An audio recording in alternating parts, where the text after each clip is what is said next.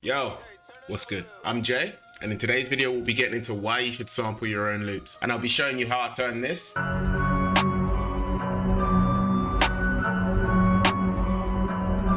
into this.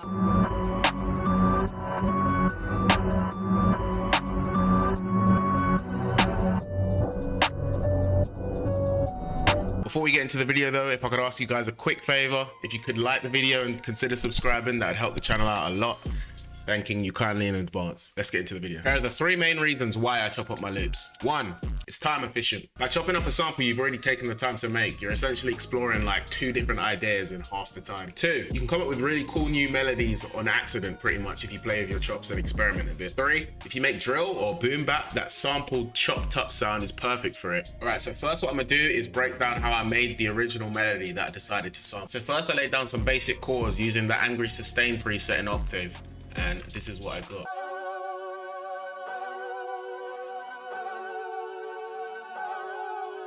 Next, I applied some halftime. Then I applied a fruity stereo enhancer and set it to the 4 strings preset. This just made it a bit wider and nicer to listen to. Then I applied an RC20 preset and just messed around with the settings a bit.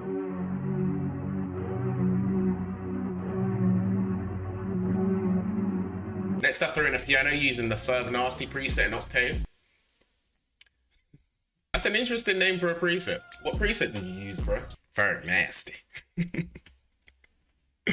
Oh, fucking hell. I pretty much just copied the same chords I used on my pad, but chucked in a couple extra notes. And this is what it sounds like dry.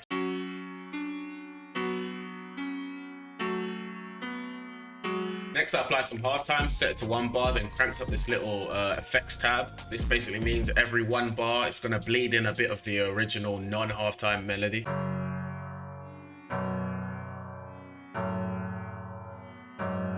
Then I threw some RC20 on that and applied a fruity delay, set that to ping pong, put the cutoff frequency to 30% just to have a little subtle echo effect.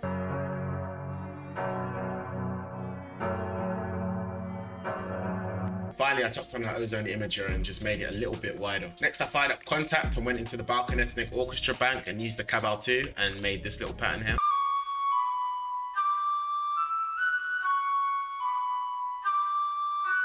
Next, I rendered that pattern out into its own track, chopped it up and rearranged it a bit, and I got this.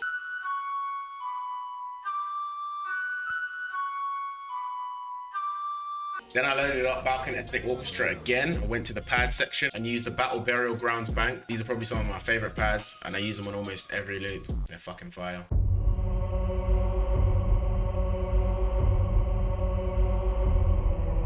Then I threw on a little sidechaining plugin called Kickstart. It's really useful. I use it on a lot of my beats. Set it to half loop.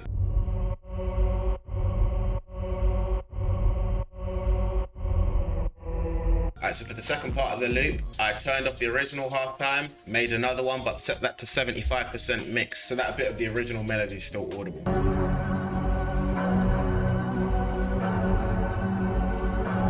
For the last part of the sample, I took that violin that we had, reversed it, and then also automated on some Valhalla vintage verb just to make it really spacey.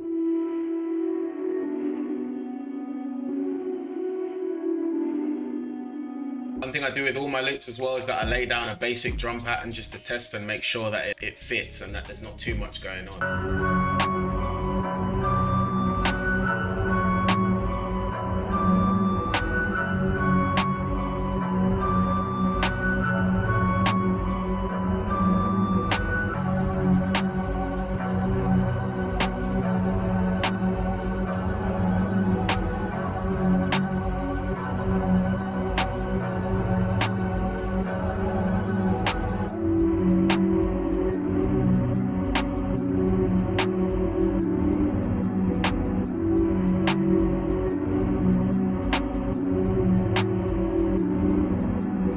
That's it for the first sample. Now we'll get into chopping that up and turning it into another one. Now, I use Slicex to chop my samples, but you can use pretty much whatever you want.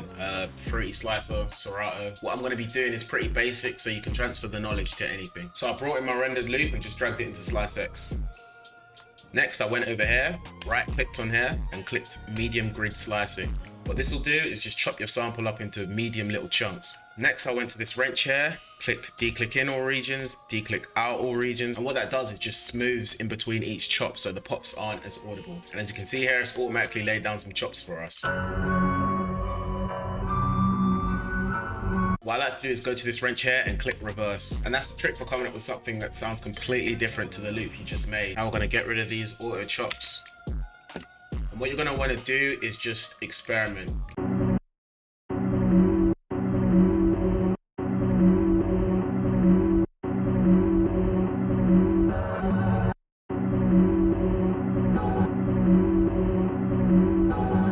Just experiment and see what you can come up with. The reason I like sampling so much is because there's just an infinite combination of chops that you can do. So you can come up with something that sounds nothing like the original loop. Here are the chops I ended up coming up with. Also, to give the sample a bit of variation, after the first 8 bars, I threw on some halftime, set that to a quarter loop, and I'll turn on my test drums too so we can make sure it's slapping.